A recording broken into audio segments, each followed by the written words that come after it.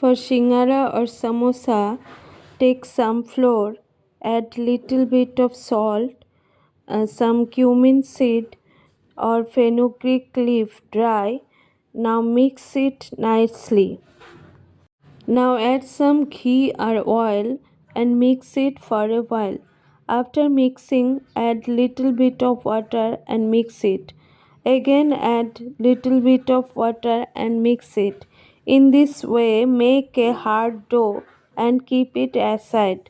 Now for the filling, take some boiled potatoes, chopped coriander leaf, chopped green chili, little bit of dry mango powder, half teaspoon cumin seed powder, half teaspoon ginger paste, half teaspoon red chili powder, half teaspoon black pepper powder, half teaspoon salt, half teaspoon turmeric powder.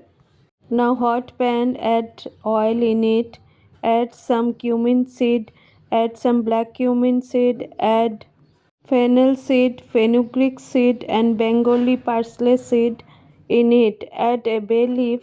Cook the mixture for a while. Now let it cool. Now separate the dough into small pieces. Now roll it nicely.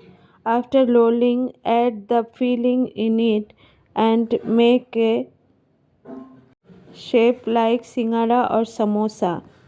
Now add oil into a pan and now add Shingara samosa into the oil.